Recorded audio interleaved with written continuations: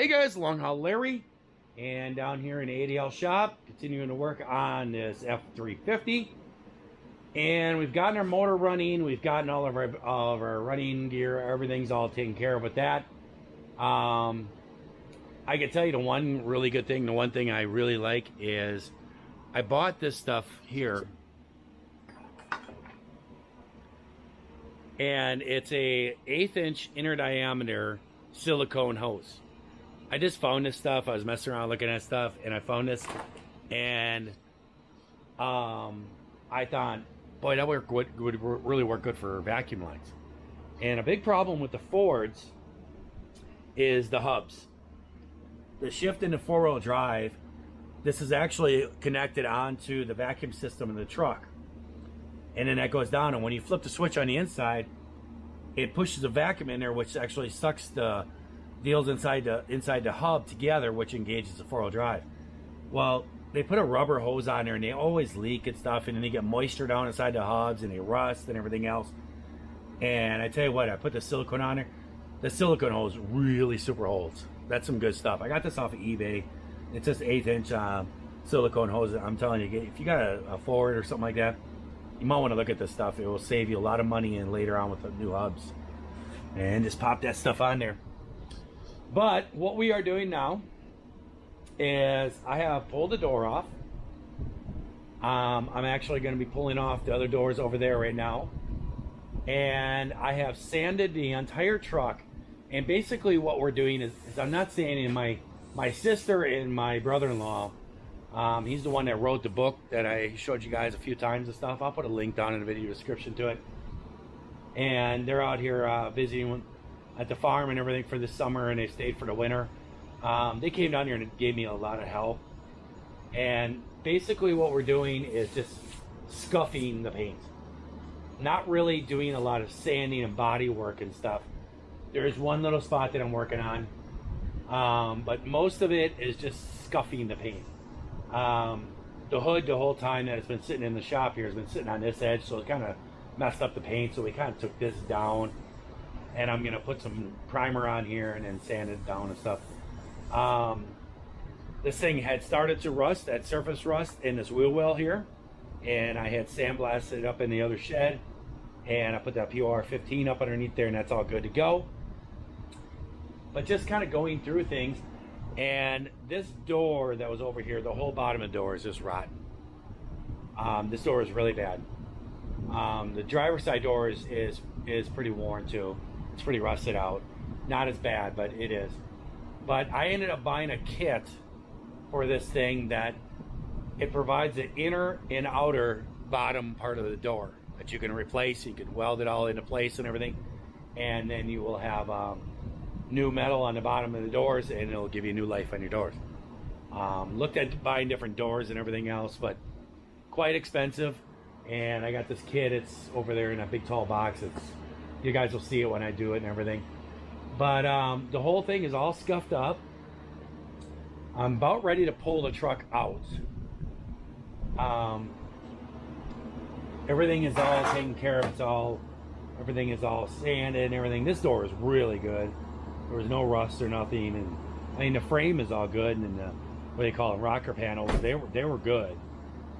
But the whole entire truck has been scuffed up and sanded because I am going to paint this truck with bed liner paint. The whole entire truck is going to get painted with bed liner paint.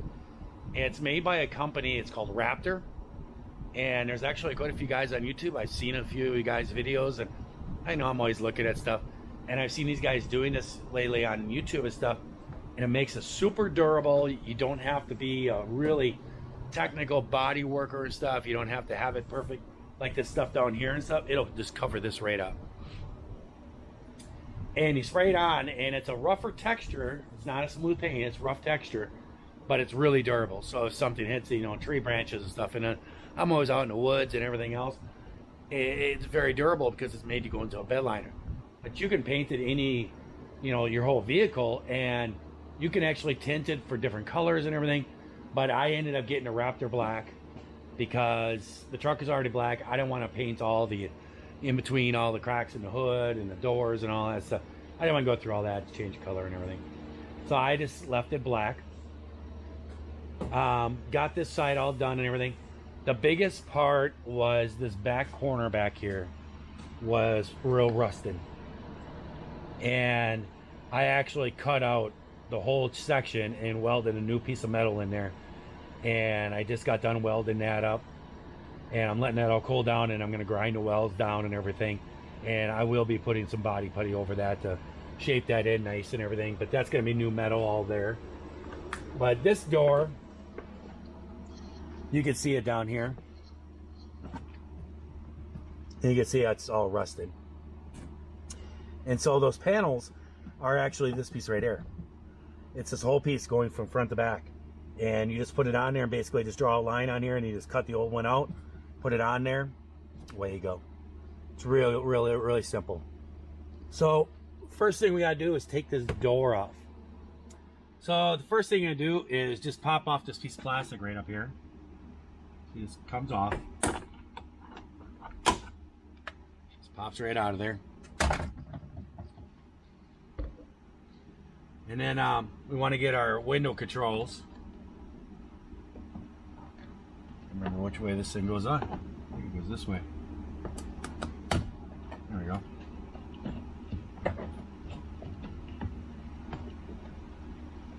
It has a whole bunch of wire harnesses behind here. Just unplug all these. And there is an 8mm screw right here. I think it's 8mm.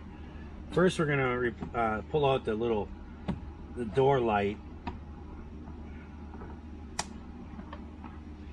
You can stick a screwdriver in there and pop that puppy out. And then there is a what is that? Is that an 8? For some reason I got my head wrapped around 8. No, it's a 7mm.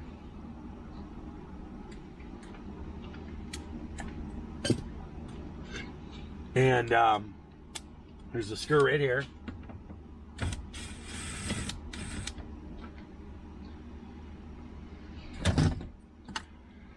And then there's a screw down in there in that little door light. And then basically you just take the door and just lift it, and it'll come right off. Just pop it and lift it. Now there is a wire back here for this light, for this little door light. You just kind of give it a quarter twist and it comes off of there. And there you go. And your door panel's off. I guess it's a wind protector or something like that. This comes off. But first you want to pull the speaker. And I think it's what is this thing? It's a real tiny one. It's a 5.5. Yep. You just start to pull this off. You want to be careful because I'm going to reuse it. So it's just a sticky stuff at certain spots it sticks at and everything. And if you just grab it and rip it, pull it off there, you can rip it. So just kind of ease it off. Just work it around. Takes a little while. Now I'm going to be removing the mirror. The main reason why is because I'm going to be laying this on a table and flipping it back and forth to weld all the metal on there. It'd be a lot easier without the mirror in the way. So I'm going to unplug the mirror, which is right here.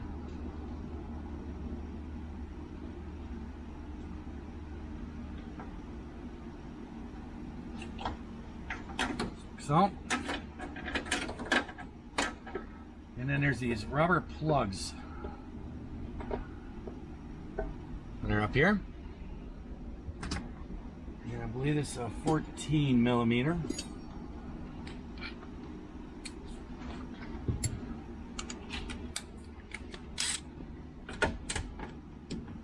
Oh, no, it's not. No, what is it? 11? Yep, sorry, they're 11s.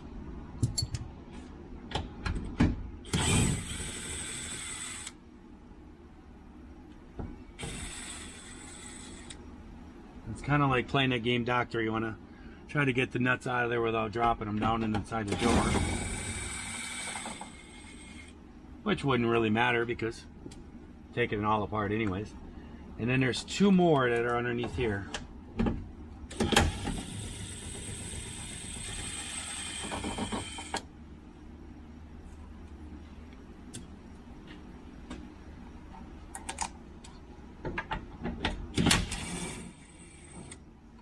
Okay, so now the mirror is coming free, so you don't want to drop the mirror. All right, now there is this like door return thing that's down in here. Need to loosen that up, get those off.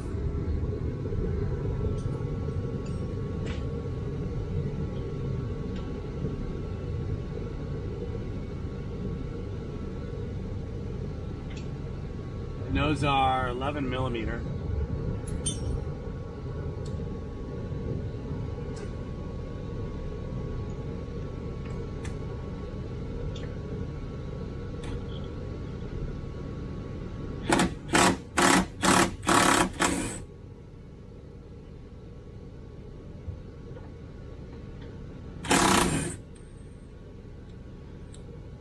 Pull those two out.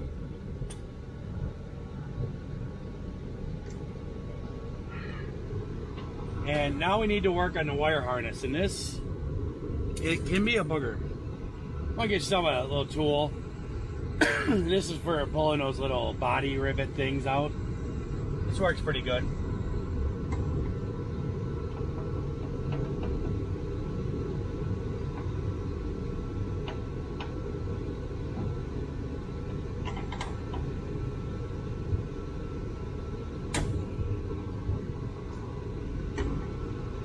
Start working down, getting all the clips. Okay, this one here is for the window. There's a wire here. There's one for the window power unit. Like that.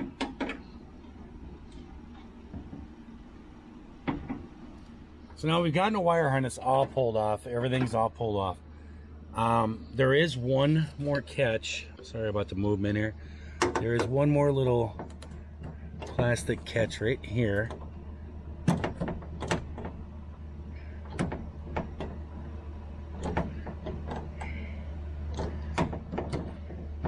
Okay, there we go. And then there is two plugs in here. And these things are not fun. They're just not. So your best bet is to grab it like a little pick and to go and just feel around in there, and you got to get behind that thing, pull it off,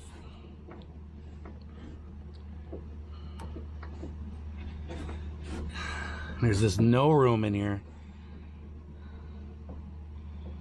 I don't think I can do this one-handed. There's one here, and then there's one back here, and the one back here, and the way in the back here is really hard to get off. But it just takes a lot of maneuvering, and you can get it. All right, we got our two plugs back here unplugged. So this wire harness just comes on out here. And then up here, there's like a rubber boot. And all you do is just squeeze it, just push it out. And then you can start to pull the wire harness up. And it gets caught on everything. And there we go. It's a lot of wiring harness for a door. Set that up inside here. So then there is 3 bolts on the top hinge, and there's 3 bolts on the bottom hinge. The 2 forward bolts you can actually get in between the fender and the door with it open like this, and you can pull those bolts out. This one has a welded stud that comes out of here, and it's just a nut on here to take off. Same thing on the bottom one. You could take the inner 2 ones off, but I have to remove this kick panel because the nut is behind here. So I'm going to get to going all that, and then we'll yank the door up. So, let's pull the door off.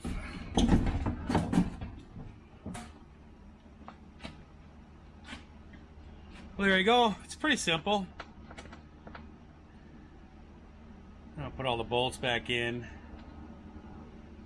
Put everything back on where it goes, so I don't lose anything. And I'm going to pull the back door off. And then tomorrow I will start to work on these doors and rebuilding the bottom of these doors where they're rusted out. Well, guys, we've gotten all these doors off, and we're going to get started working on those pretty quick. But I've been doing a lot of body work. This whole corner was actually all rusted out. There was a big hole down here. I cut the metal all the way up to here. Took a chunk of nice metal and I put it down in there and I bent it and shaped it and I welded a whole new corner into it. The structural was good. There was no structural like integrity problem there or nothing. It was just starting to rust, and what was happening was the outside of it is rusted. It has a hole out here and has holes in the bottom and has a hole on the inside. And it would be a lot. I basically have to replace this whole corner. So what I did is I fixed that, but the problem is that if I left it, water, snow, junk, and everything will actually get kicked up into that corner, and it'll just rust it again. So what I came up with is I filled this whole corner with grate foam. I sprayed it all up in there, and it's been oozing out all the holes. You can see it. And that's going to fill in all those holes and everything. And that's going to keep all that snow and junk and everything from getting up in there and rusting it out anymore. And when it all dries out, it's still drying on the inside. I will shave it all off. And then I'm going to use that f350 paint and paint the rocker and up all underneath that corner and everything, and that'll seal it up. I think that'll work pretty good. Done all the rockers up here. My sister actually painted all that up underneath there in the rockers with the f350 paint. We stopped right here because I was working back there. But we'll continue and just keep it's just right where the seams are starting to rustle. So we just sand those down to bare metal, and then I'll put that f350 paint on there. And up in here, this is where the emblem was, and when I peeled this off, it actually took a bunch of the paint with it. Kind of made a little deform there. I actually, since I was using some body putty back there, I put it over these, sanded them all down, and then if you remember, I sandblasted these wheel wells because they were starting to rust. And I don't think it'll matter with this Raptor paint that I'm going to use, because it's supposed to cover all that stuff, but I thought, why not? So I just put a real thin coat of Bondo over the top of this, sanded it all nice down smooth, and now I put some high build primer on here, letting this all dry and everything. There was some rock chips. I did the same thing, just put a little bit in there. I don't think it'll be a problem, but I just thought, why not? If I'm doing this, might as well fix it up. Up here, there was a screw. I don't know why somebody put this screw. There was a screw that was put in here. I actually just kind of pulled it out. And it was like a hole right here. It's been here ever since I've had this truck. And so I dented that down and everything else, made it lower than the rest, and then I filled that in with body putty, put some high build sandable primer on there and everything. And I did just little spots. And then this edge was bare metal. This Raptor paint, you're not supposed to put on bare metal. And so any place there was bare metal, I prime it. This hood I've had sitting over here for a long time, and it's been sitting on the floor, and every once in a while I move it around to get around it or whatever, and it's been scratched up this edge. So sanded that all down, did the same thing over in this wheel well. And this one over here was real bad. When I peeled the emblem off, it took all the paint right off straight to the primer. You can almost see the outline already.